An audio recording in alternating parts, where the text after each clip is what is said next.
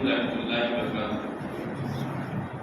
نبی کریم صلی اللہ علیہ وسلم کی شان والوں اور خاتم النبی کی امت ہے، یہ چیز ہمیں اپنے خیال میں رکھنا چاہیے۔ سب سے پہلی اور افضل بات یہ ہے، ہم اس نبی کی امت ہے جو خاتم النبی ہے۔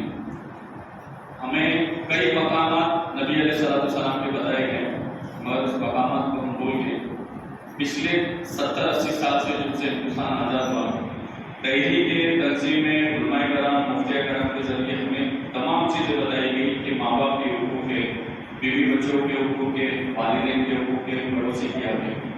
ہمیں خدا کی قدرت سے اور نبی کی محبت سے دور کرنے کی سازش رچی گئی کہ اگر آنے والے زمانے میں نبی علیہ السلام کی شان میں گستاخی ہو تو ہمارے دل و دماغ میں یہ خیال ہے کہ اگر میں کچھ کروں گا تو میری ماں پریشان ہو جائے گی، میں کچھ بولوں گا تو میرے بچے یتیم ہو جائیں گے، میں کچھ کارروائی کروں گا تو میرے بچے یتیم ہو جائیں گے، اگر میں کچھ قدم اٹھاتا ہوں تو اس کی وجہ سے میری بیوی بیوہ ہو جائے گی۔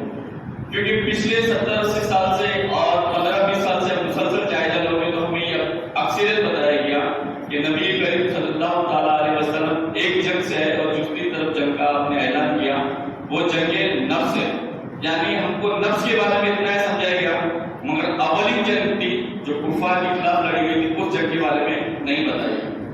تو جنگ سے مراد یہ ہر زمانے میں جنگیں ہوئی ہیں اور جنگ ہر زمانے میں الگ الگ طریقے سے ہوئی ہے۔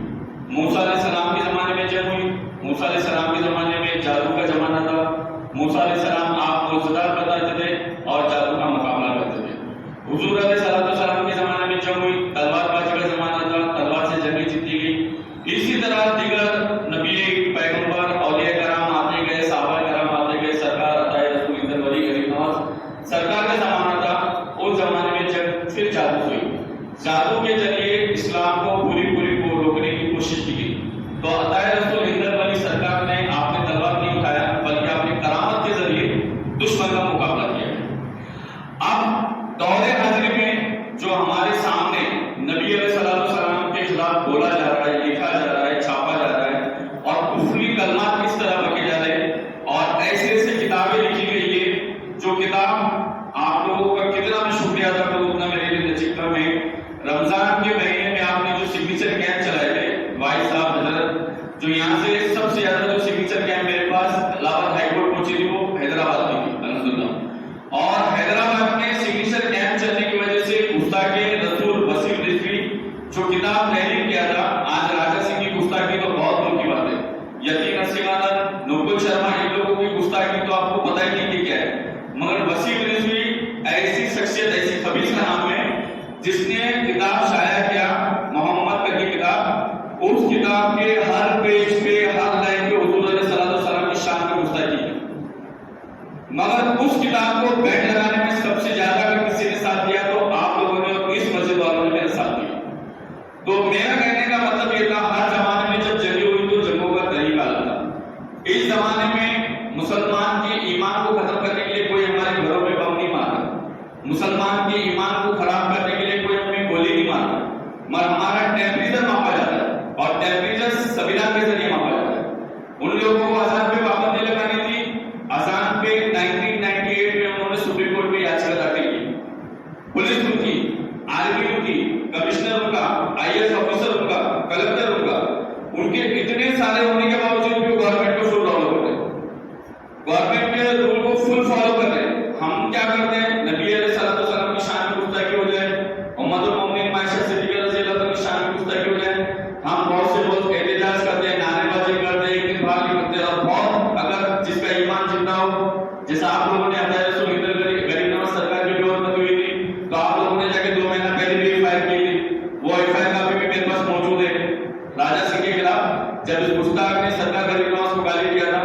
مگر FIR سے بڑھ کے اگر ہم کورٹ کو فالو کریں گے، جیسا وسیم رضوی نے گستاخی کی تھی جب ہم نے یاچکا الہٰباد ہائی کورٹ میں ڈالی اور پورے ہندوستان میں سگنیچر کیمپ چلایا، تو یہ آپ لوگوں کی مہربانی کی وجہ سے وہ کتاب پہ پابندی لگی۔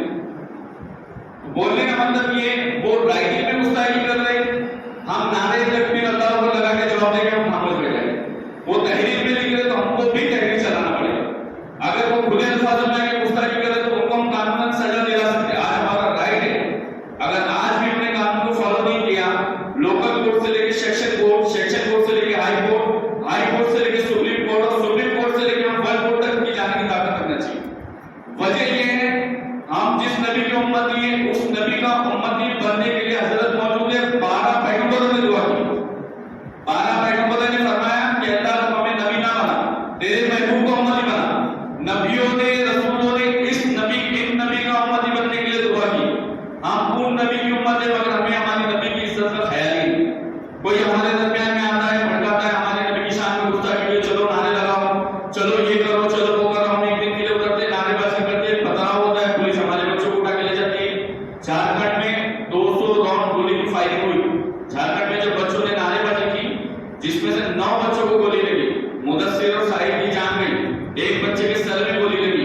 شیر ایسے ہیں کہ آج بھی زخمی ہے. ان کی پراپر شادی سے یہ قوم اللہ رسول کے نام پہ پا رہے گی، ان کو اللہ کی توہین کرو، حضور علیہ السلام کی توہین کرو، یہ خود بھاگنے کے جذبہ نہیں، پھر ان کو ہم چن چن کے مار سکتے.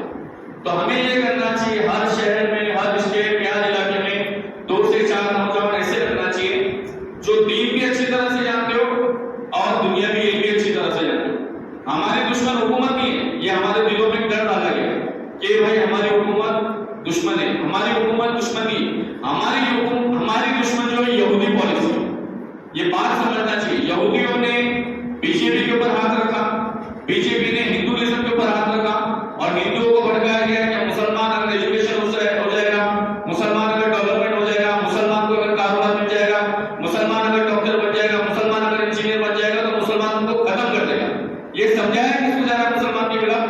ہمارے ہندو بھائیوں کو سمجھایا جا رہا ہے کہ مسلمان اگر ڈیولپمنٹ ہو جائے گا تو مسلمان تمہارے کو معاشی حالت سے کمزور کرے گا.